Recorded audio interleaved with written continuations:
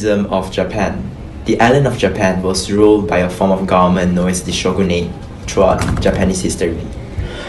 The shogunate system created a social structure similar to the system during medieval Europe, and it was an important factor in shaping Japanese culture and history. What is a shogunate? A shogunate was essentially a military government in which family or military lords ruled over Japan. Kamakura Shogunate.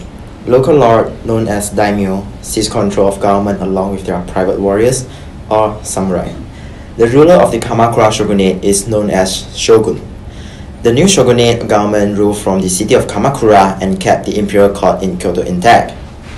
The emperor still held his title as the divine ruler, though all the real power was in the hand of the shogun. The shogun was supposedly serving as a regent for the emperor. Ashikaga Shogunate. When the Ashikaga clan overthrew the Kamakura Shogunate, they became the new ruling family. The Ashikaga clan moved to Kyoto in order to exercise more control over the emperor there. Unlike the Kamakura Shogunate, the Ashikaga Shogunate was unable to keep the local lords and the daimyo under control. Through the 15th and 16th century, the problem reached its zenith as Japan fractured into many local clans fighting for control. This period is called as the Sengoku period. Eventually, Oda Nobunaga captured the capital, Kyoto, and unified most of Japan under his rule. After his death in 1582, Toyotomi Hideyoshi came to power after defeating his rival, Akechi Mitsuhide. After Toyotomi's death in 1589, he was succeeded by Tokugawa Ieyasu, who completed the unification of Japan and established the shogunate. During the Tokugawa shogunate between the 1600s to 1868, the capital was moved to Edo, which is now modern-day Tokyo. During that, the Tokugawa clan in Edo maintained a stable feudal relationship with the local daimyo. The time during which Tokugawa ruled is known as the Edo period. The emperor during the shogunate had no actual power, and the shogun was appointed by the king. The shogun also ruled over many feudal lords known as the daimyo, who ruled over small domains or called han. Daimyo had existed in Japan before the first shogunate was established. There were roughly 250 domains throughout the Tokugawa shogunate's history, though the number often changed. The domains were ranked by the amount of rice they could produce per year, not by land size. The daimyo paid taxes to the shogun in rice. The daimyo were divided into three ranks. Shimpan, the highest rank of the daimyo, relatives of the Tokugawa family who ruled over the large domains. Fudai, the second class, came into existence when Tokugawa rewarded his vassals and allies by making them daimyo. Trusted by the Tokugawa ruler, and their domains were placed around important features such as trade routes. They were very prominent in politics. The Rojo officials or elders were the most highly ranked government personnel in the shogunate, working closely with the shogun himself. Only Fudai daimyo could join the Rojo. The council of Rojo were extremely small, with 3, 4, or 5 officials depending on the time period. Tozama owned the largest domains but had the least political power. Descended from warlords who had surrendered to Tokugawa Ieyasu during his War of Unification, considered outsider and not trusted by the shogunate. Had to rule domains far from the capital because they were considered dangerous and often kept under watch by the Fudai, were not appointed in a higher position in government. Though all daimyo were submitted to shogun, they enjoyed some degree of autonomy. Each domain had their own currencies and military, who were comprised of the samurai. The samurai were warriors similar to like daimyo existed before the first shogunate was formed. The samurai is often under a daimyo employment. Ronin, which means the unemployed samurai, does not earn respect in society. The samurai served the daimyo, same as how the knights served their king in medieval Europe. The samurai was not allowed to own land, and they lived near the daimyo's castle, being regularly paid by the daimyo in stipends. The samurai lived by a code known as bushido, similar to chivalry in Europe. Bushido was based on the value of frugality, loyalty, and honor. They will have to be trained in martial arts too. The samurai was initially introduced as a class of warriors, but as Tokugawa shogunate was mostly a peaceful period, the samurai began to fight less. After the Battle of Sekigahara, were loyal to him as the Fudai, and those who fought against the Tokugawa at Sekigahara became the Tozama. The samurai could practice some control over peasants, such as beheading them in being disrespectful. In summary, the shogun, daimyo, and samurai were the ruling class of the shogunate system. They could own land and property, but they would have to pay taxes to local daimyo. The shogunate system proved to be a stable way to rule over Japan. Even though the rigid social hierarchy did cause some rebellions, none was able to damage the framework of the shogunate significantly. The stability ended in the 19th century when the arrival of Western powers at Japan's doorstep created a divide within Japan. Japan was split into the shogunate and its supporters, who keep supporting and give in the Western demands, and then the Japanese nationalists who sought to restore the emperor to actual power. Eventually, the nationalists won, and in 1868, the shogunate was overthrown in a revolution known as the Boshin War. The revolution was led by Tozama leaders from the Satsuma and Choshu domains. The emperor was restored to power, and modernization process known as the Meiji Restoration began. That put an end to shogunate system, which had ruled over Japan about 7 centuries. Meiji Restoration, Rangaku or Dutch learning. Japan was extremely isolationist, as was Korea and China at the time. Unlike Korea, which has no connection with the Western world, China and Japan did allow minimal trade. China allowed foreign trade through the Canton system and Japan through the pass of Dejima in Nagasaki. Dejima only allowed Dutch to trade. Japan maintained a commercial relation with China and Korea. Japan were not entirely open to the Westerners, as it can be seen in their persecution and suppression of Christianity. However, in comparison to China, they were more willing to learn from the West. Japan maintained relations with the Dutch from 1641 and after the banning of the Portuguese from the island. From then on, they developed the system of Rangaku or Dutch learning, through which they imported Western ideas from the Netherlands. The Rangaku helped Japan to be up to date with the Western world and often boosted Japanese science. Kaitai's Shinsho, for example, was Rangaku-influenced book that revolutionized Japanese medicine and anatomy. And it also helped Japan to keep up with Western physics, chemistry, optics, mechanics, geography, and biology. Though Japan was more open, their technologies were not as advanced as the Western.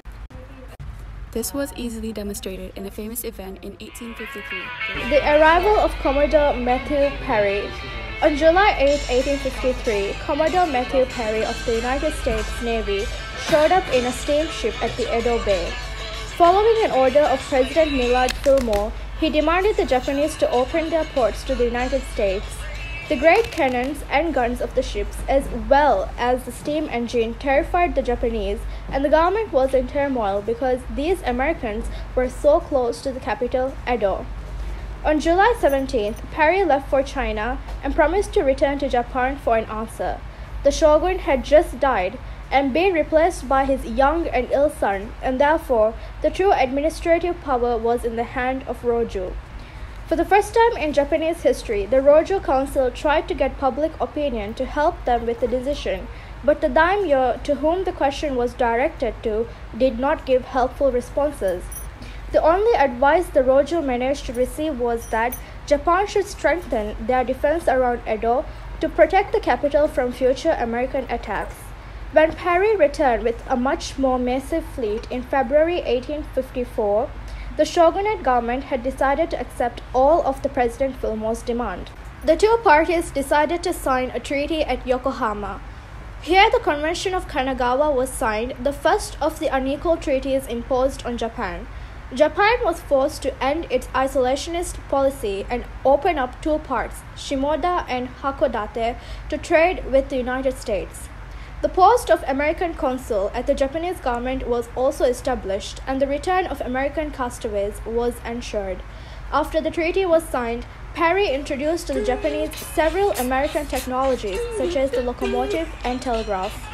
A string of unequal treaties were presented to Japan after this. Later that same year, in 1853, the British presented to Japan the Anglo-Japanese Friendship Treaty, in which the port of Nagasaki and Hakodate was open to the British. The British also gained the most favored nation status, receiving the same treatment as China and Netherlands. In 1858, Japan was forced to sign an entire set of treaties known as the Ansei Treaties. These treaties were signed with the United States, United Kingdom, Russia, the Netherlands, and France. All these countries gained the right to exchange diplomacy with Japan and gained the rights to ports of Edo, Kobe. Citizens of these 5 countries could live in these 5 ports and trade whatever they wanted except for opium. Tariffs were also to be controlled by these 5 countries rather than by Japan, which nearly destroyed Japan's local industry. Needless to say, these actions by the West infuriated the Japanese. Most angered were the domains of Satsuma and Choshu. The powerlessness shown by the leader of the shogunate were also perceived as incompetence. In March 1863, Emperor Kome declared an order to expel the barbarian. In the summer of 1863 and autumn of 1864, the Choshu domain fought a war with the West, in which Japan was defeated by the superior Western technology. In the summer of 1863, the Satsuma domain too fought with the British. As the British demanded a high reparation, anti-Western sentiments increased. As the shogunate failed to strike back, anti-government sentiments arose as well. These two sentiments were summed up in a popular philosophy from Japan at the time: reworth the emperor, expel the barbarian. The Satsuma and Choshu domains would soon form an alliance, and they also allied themselves with the imperial courts in Kyoto. In 1868, they rebelled against shogunate, starting the Boshin War. The Western powers that were prominent in Japan affair agreed to stay neutral in this conflict.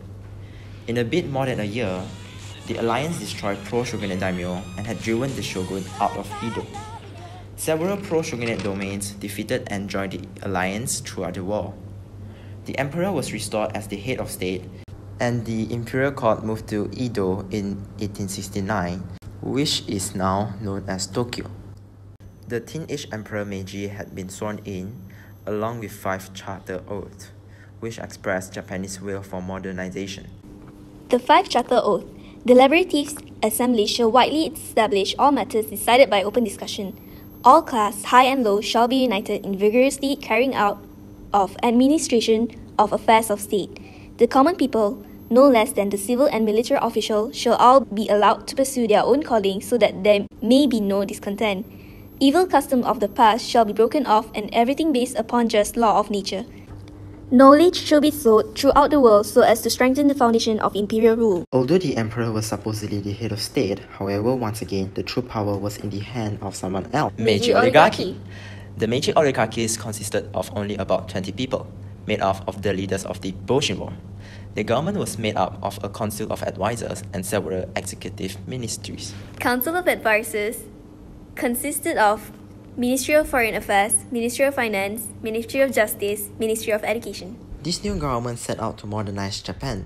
They hired hundreds of Western advisors to help Japan adopt Western ideas, culture, and technology. The Meiji oligarchy first worked to destroy the class system in Japan. The new government seized land that were either directly controlled by the shogun or by the local daimyo. This comprises about a quarter of Japan's territory. In 1869, the rest of domains were turned into prefecture. The daimyo became government of their former domains and still enjoy extra rights such as keeping an amount of the tax revenue for themselves. But in 1871, the government took this privilege away from them and instead gave them government bonds. The prefectures were redrawn as well. In 1873, the Japanese government initiated a sweeping land reform. Private land ownership was implemented for the first time, and land taxes were to be paid in cash, unlike the rice the daimyo had to pay the shogun. The land tax rate was around 3%. Although the Japanese government was able to collect a good amount of tax revenue, this tax rate was very burdensome for farmers. By the year 1900, about 40% of Japan's farmers had been forced to become tenants for wealthy landlords. They also took on the samurai. Now the daimyo was gone, and the samurai had nobody to serve. They were rewarded with stipends in 1873, replaced by bonds in 1876. But the government took more deliberate steps to completely get rid of the samurai class. For example, all men received the right to bear arms, therefore removing the primary between samurai and commoners. However, the samurai was still able to join the government as the Japanese leaders of Japanese military reform.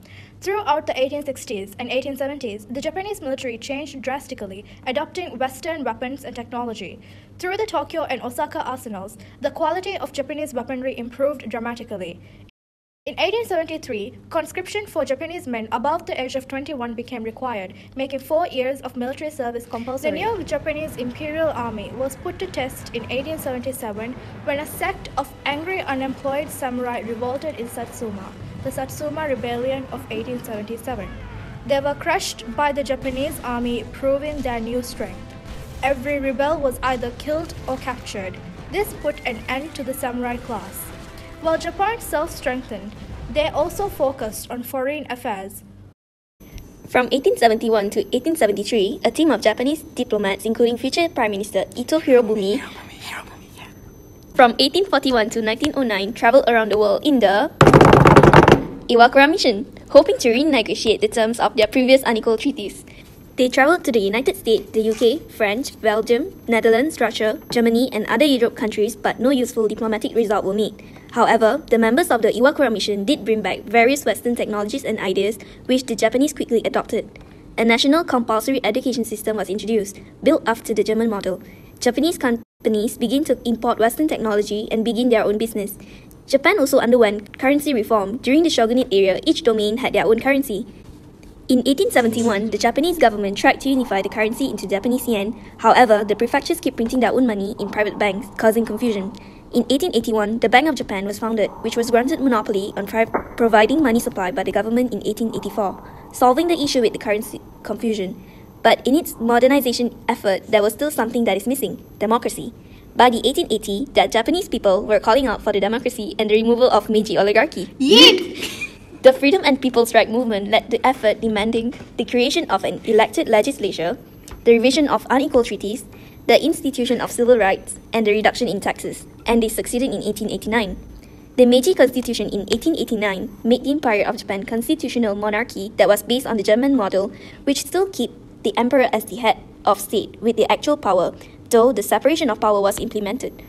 The emperor had a supreme command of the military and could appoint the member of the cabinet, the head of which was the prime minister. The emperor could also appoint judges in courts. A parliament was created as a bicameral legislature, the upper house, the House of Peers, which was made up of members of the imperial family, and they were appointed and dismissed by the emperor. The lower house, the House of Representatives, could dissolve, was elected by limited male suffrage. Essentially, the emperor had control over 3 branches of government, which is executive, legislative, and judicial. Theoretically, the emperor could only act upon cabinet approval, but the emperor was the one who appointed members of the cabinet in the first place. Yoo-hoo! The new constitution also gave citizens new responsibilities and rights. They were required to uphold the constitution, pay taxes, and serve in the military if needed.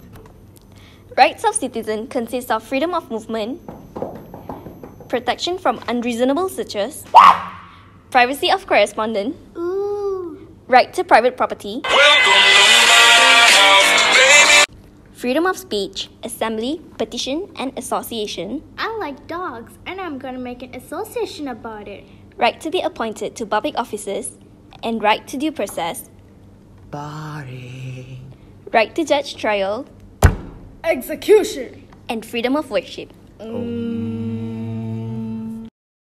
Although Japanese citizens had now gained many of the rights that can be seen in the US Bills of Rights, the political process was still far from democratic and the government was still controlled by an oligarchy. Nonetheless, the short time between 1868 and 1890, Japan rapidly modernized. Their population increasing by 10 million people, oh my god! Japan managed to become economically independent, exporting textile all around the world and competing with Europe for shipping. The emergence of Japan started after the trip to the Western countries. As discussed earlier in Iwakura mission, Japan's military strategies was considerably improved, as well as their weaponry, which originated from the West. Japan military had an excellent leadership compared to their rivals.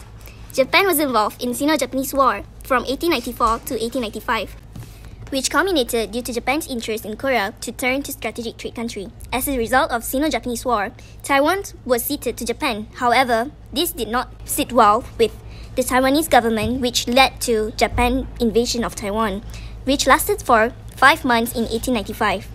Japan may have won over China, but there was still a rival on the loose, Russia. Russia refused to accept Japan's new border, which included Korea, and continued to threaten Japan. As a result, negotiations between the two countries broke and Japan attacked the Russian fleet in Port Arthur, beginning the Russo-Japanese War.